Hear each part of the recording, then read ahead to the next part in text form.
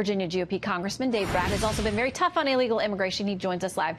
Now, we hadn't set you up or asked you to come today to talk about this dispute between the DOJ and the House, but you're just chomping at the bit, I can see, to say something about this.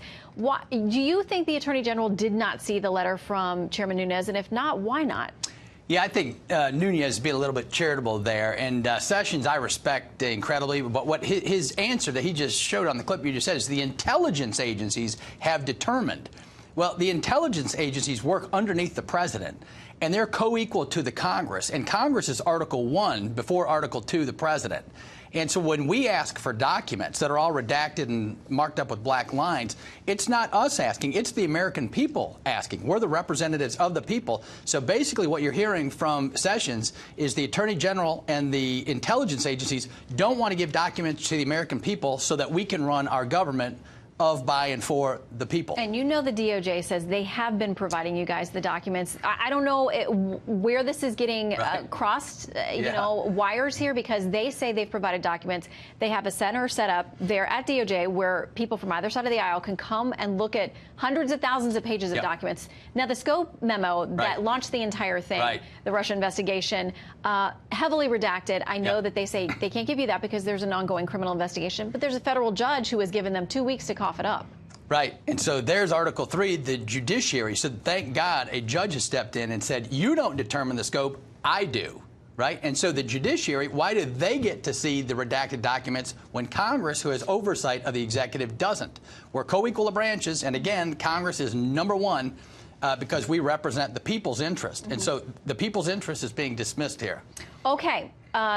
We'll allow there's some agreeing to disagree between the House GOP and the DOJ. In the meantime, let's talk about immigration. Great. The Attorney General very tough on this today, including this message he said about those who would try to bring youngsters here to the U.S. If you smuggle illegal aliens across our border, then we will prosecute you. If you are smuggling a child, then we will prosecute you. And that child may be separated from you as required by law. The New York Times picking up on that. A couple of weeks ago, they said more than 700 children have been taken from adults claiming to be their parents since October.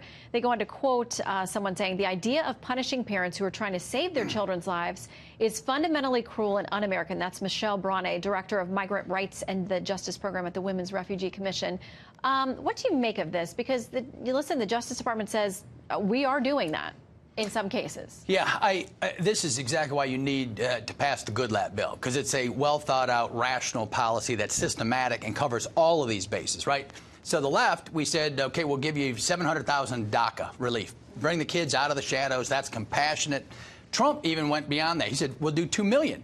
And the left says no to that deal.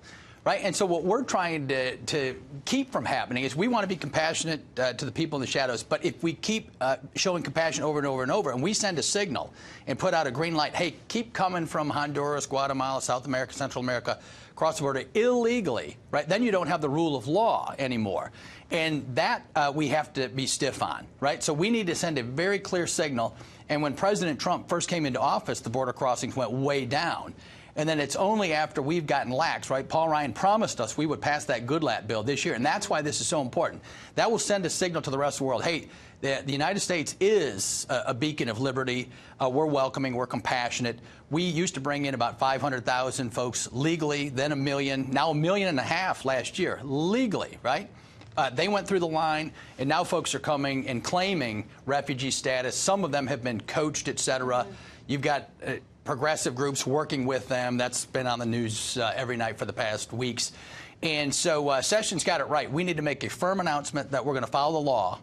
And you see that's a continuing theme, right? After the Obama years, the certainty in the law with local law enforcement at the border, and the FBI and the intelligence community. All of this is in question right now. And so we have to restore credibility to all of these institutions. And we'll get it straight. In a few years, we'll have this straightened out, and then we can continue to be the compassionate country we are. But compassion, grace goes with the law. Okay. Wanted to talk to you about NAFTA, too. We're out of time, but will you come back and talk about that? Absolutely. Those negotiations continue, and they're important things for American workers to know. The TN visas. Yes. Come back and talk about the visas. We'll do. Great. Okay. Thank you, Shannon. Thank you. Great to see you. You bet.